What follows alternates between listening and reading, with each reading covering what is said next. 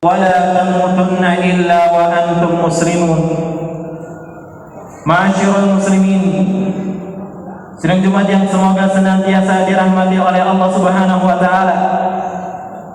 Marilah kita meningkatkan ketakwaan kita kepada Allah Subhanahu wa taala dengan berusaha melaksanakan perintahnya dan meninggalkan larangan-larangannya. Sebab takwa bukan hanya ucapan di bibir. Takwa adalah keyakinan di dalam hati bahwa di tengah keadaan apapun kita berada dalam pengawasan dan pemeliharaan dan juga kasih sayang dari Allah Subhanahu wa taala. Takwa membutuhkan amalan dari apa yang selama ini kita yakini sebagai bentuk ketaatan kepada Sang Pencipta Allah Subhanahu wa taala. Pada hari yang mulia ini, mari kita merenungkan sebuah pertanyaan sederhana. Siapakah yang menjaga kita ketika kita belum mampu menjaga diri sendiri? Sebelum kita mempunyai nama, sebelum mengenal ayah dan ibu kita, sebelum mengetahui dunia, kita pernah menjadi makhluk yang sangat kecil di dalam rahim ibunda kita. Kita tidak bisa meminta makanan. Kita tidak dapat mengatakan bahwa kita membutuhkan oksigen. Kita belum mampu menggerakkan tangan untuk melindungi diri kita. Bahkan kita belum mengenal arti takut, lapar, sakit, ataupun kesepian.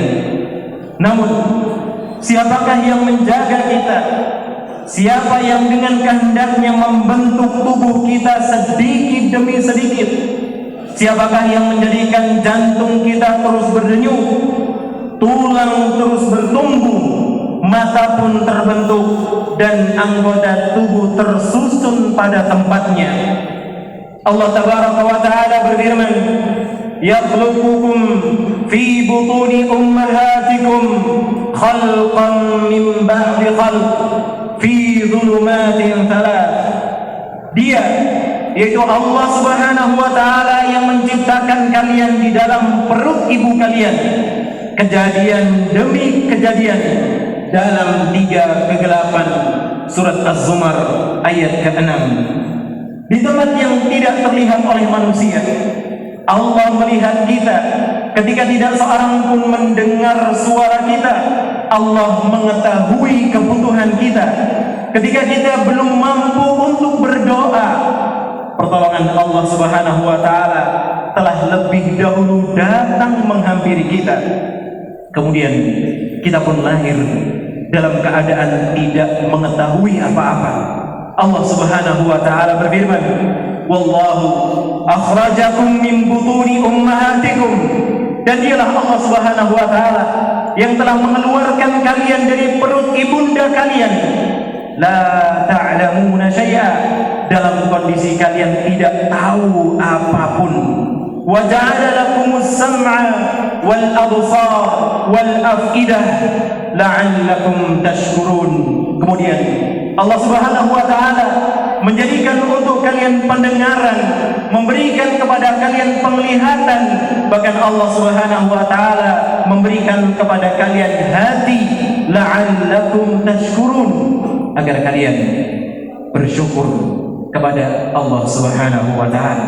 Surat An-Nahl ayat ke-78. Jamaah Jumat yang semoga senantiasa dirahmati oleh Allah Subhanahu wa taala.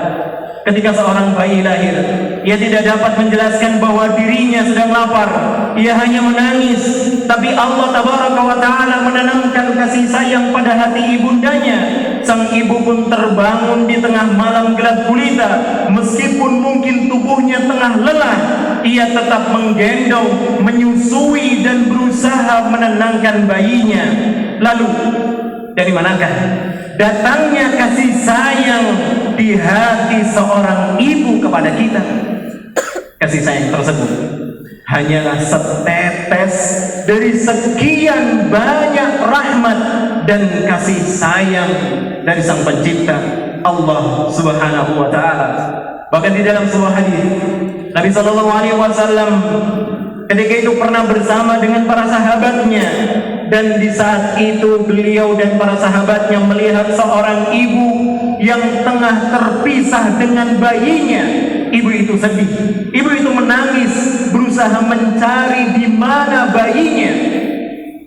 Sesaat setelah bayinya ditemukan, maka sang ibu bergegas mengambil, menggendong, menyusui dan menenangkan sang bayi. Lantas di momen tersebut Nabi Shallallahu Alaihi Wasallam pun bertanya kepada para sahabatnya, wahai para sahabat, mungkinkah, apakah kalian mengira ibu itu tega melemparkan anaknya ke dalam api? Lantas para sahabatnya pun menjawab, wahai Rasul Sallallahu Alaihi Wasallam, tidak, demi Allah, wallahi, demi Allah, tidak mungkin seorang ibu tega melemparkan anaknya ke dalam api. Kemudian Nabi Sallallahu Alaihi Wasallam pun bersabda, Rasulullah Sallallahu Alaihi Wasallam pun mengkabarkan bahwa Allah Subhanahu Wa Taala jauh lebih menyayangi para hambanya dibanding seorang ibu ini kepada anaknya. Hadis diriwayatkan oleh Imam Bukhari dan juga Imam Muslim. Jika seorang ibu tidak tega melihat anaknya terluka, bagaimana mungkin kita berputus asa dari Sang Pencipta Allah Subhanahu Wa Taala? Namun yang perlu kita pahami bahwa kasih sayang Allah tidak selalu hadir dalam bentuk kehidupan yang mudah. Kasih sayang Allah Subhanahu Wa Taala tidak berarti bahwa kita tidak akan pernah kehilangan, kita tidak akan pernah menangis, sakit, ataupun mengalami kegagalan. Kadangkala kasih sayang Allah Subhanahu Wa Taala hadir dalam bentuk pemberian. Kadangkala kasih sayang Allah Tabaraka Wa Taala hadir dalam bentuk penundaan. Kadangkala kasih sayang itu hadir dalam sesuatu yang bisa kita ambil. Kadangkala kasih sayang itu hadir dalam jalan yang tidak kita pilih, tetapi ternyata menyelamatkan kehidupan dan juga keimanan kita. Allah Subhanahu Wa Taala berfirman, wa asa an takrahu syai'a wa huwa khairun lakum. Boleh jadi kalian membenci sesuatu padahal itu baik bagi kalian. Wa asa an tuhibbu syai'a wa huwa syarrun lakum. Dan boleh jadi kalian mencintai sesuatu ternyata itu buruk bagi kalian. Wallahu ya'lam wa antum la ta'lamun. Allah Maha mengetahui sedangkan kalian tidak mengetahui. Al-Baqarah ayat ke-216.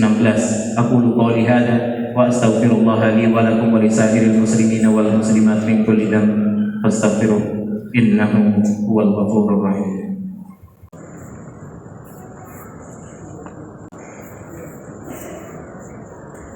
Alhamdulillah, alhamdulillahi ala ihsani wa syukru lahu ala taufiqihi wa amtinani.